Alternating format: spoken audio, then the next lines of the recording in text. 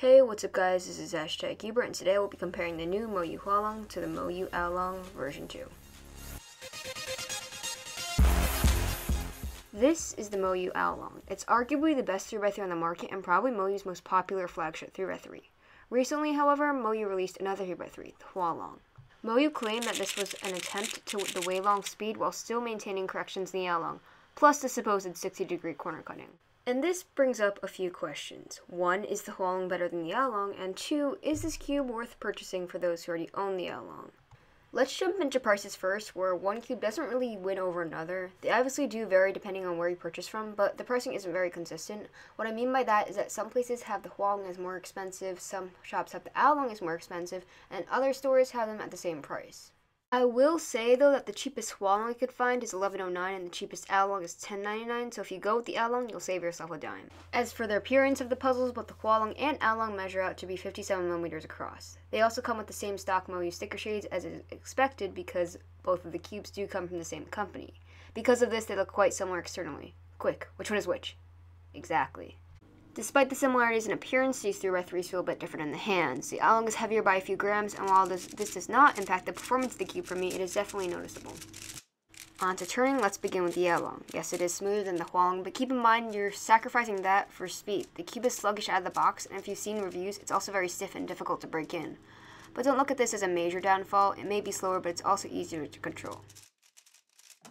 On the other hand, the HuaLong is fast, straight out of the box. It's hard to control, but not terribly difficult to get used to. The turning is crispy and airy, but not as smooth as the AoLong.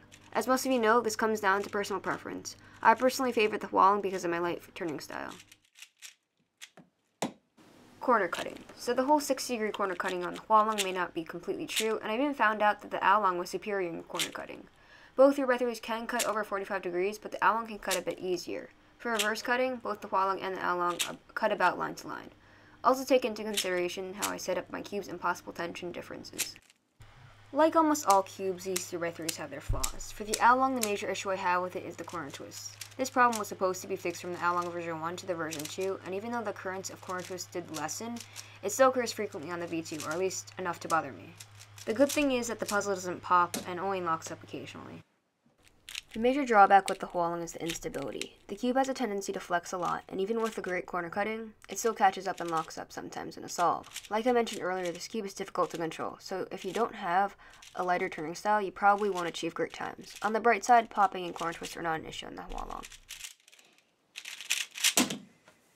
Let's take a brief look at the mech. Without taking the cubes apart, we can see the corners on the HuaLong are a bit squared off. We saw this on the HuaLong as well, and this was supposed to reduce corner twists. If this is true, it's definitely working. On the edge pieces, the HuaLong is missing some of the tracks found on the AoLong piece. The torpedo on the HuaLong is also shorter and wider, and the small protruding piece on the AoLong edge has disappeared. The HuaLong edge piece is overall more rounded.